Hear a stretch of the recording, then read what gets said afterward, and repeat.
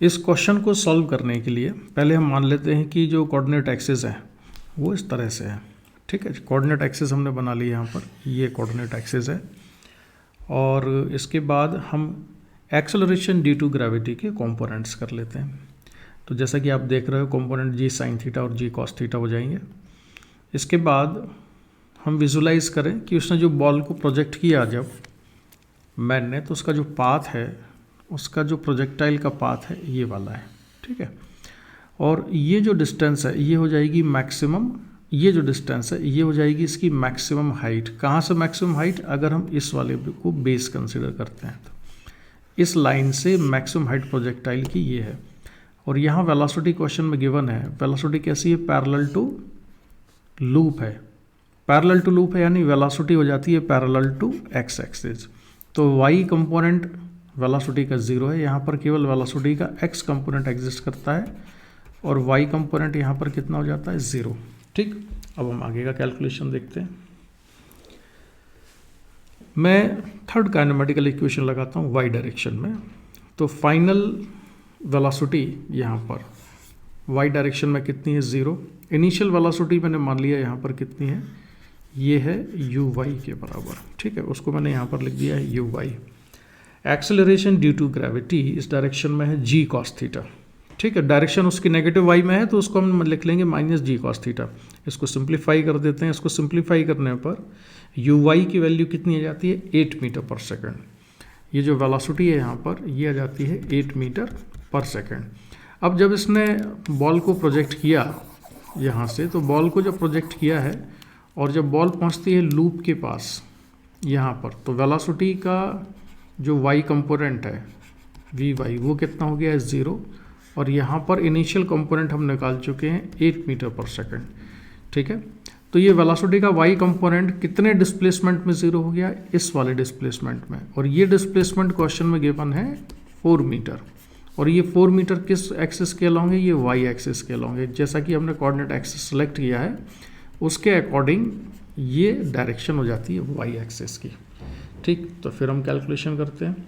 फिर मैं second kinematical equation लगाता हूँ वाई डायरेक्शन में। तो जो डिस्प्लेसमेंट है ये डिस्प्लेसमेंट कितना हो जाएगा? 4 मीटर के बराबर।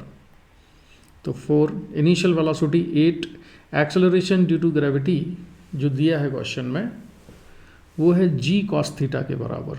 तो जी कॉस थीटा यानी जी की वैल्यू को मैंने लिखा 10 और कॉस थीटा क्वेश्चन में गिवन है 4/5। इसको हम सिंप्लीफाई करते हैं इक्वेशन को। इसको सॉल्व करने पर t इक्वल टू हो जाता है 1 सेकेंड। ठीक, तो एक डाउट आपका कंप्लीट हो गया। आ जाते हैं नेक्स्ट क्वेश्चन में। ये क्वेश्चन बड़ा सिंपल सा है।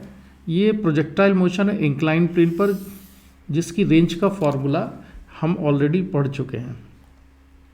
ये इंक्लाइन प्लेन पर पार्टिकल को प्रोजेक्ट किया, ये सिचुएशन होती है और रेंज का फॉर्मूला इसमें आता है ये वाला।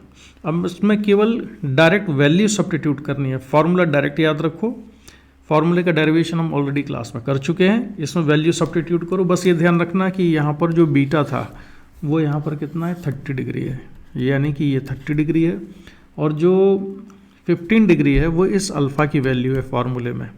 तो ये अल्फ़ा कितना है? 15 डिग्री है and beta is 30 degree. You कितना दिया है क्वेश्चन में? 2 मीटर पर सेकेंड। तो जो u है ये आएगा 2 मीटर पर सेकेंड।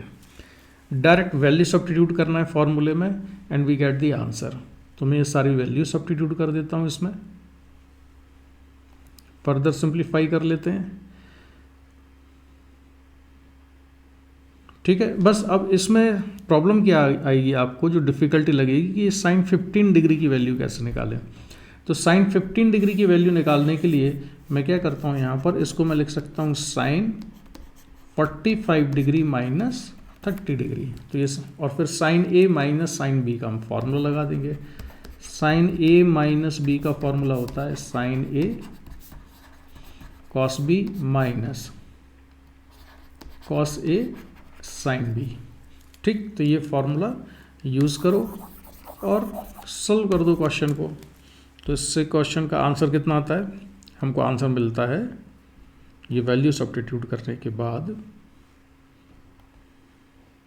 अप्रॉक्सीमेटली 20 सेंटीमीटर, क्योंकि इसको अगर हम सॉल्व कर लेते हैं इन स्टेप्स को, तो सॉल्व करने के बाद ये अप्रॉक्सीमेटली 0.19 मीटर आता है या 0.2 मीटर के बराबर आता है। तो क्वेश्चन में खुद ही पूछा था कि अप्रॉक्सीमेटली कितनी डिस्टेंस होगी, तो वो 20 सेंटीमीटर के बराबर। So your second doubt is over now. Now we come to this situation. ये सिचुएशन तो बहुत ही सिंपल है। एक पार्टिकल को यहाँ से हमने प्रोजेक्ट किया पॉइंट ए से।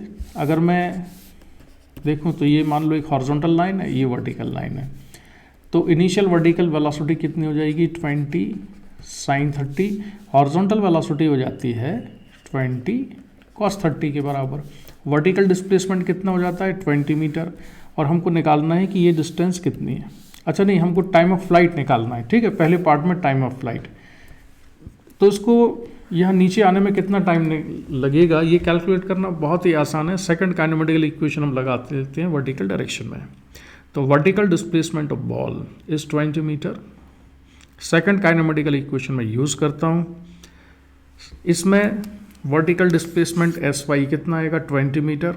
इनिशियल वेलोसिटी है 20 sin 30 and acceleration due to gravity is 10। ठीक है, क्वेश्चन में गिवन है।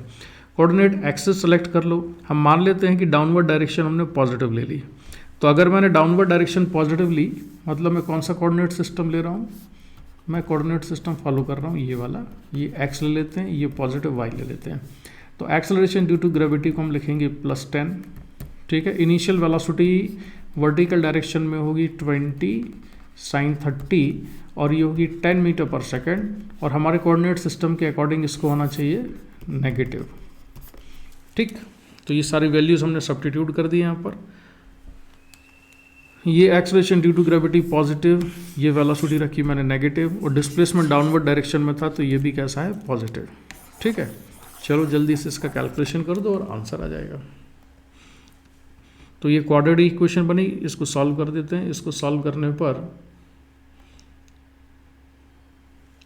ये आएगा 1 ± √5।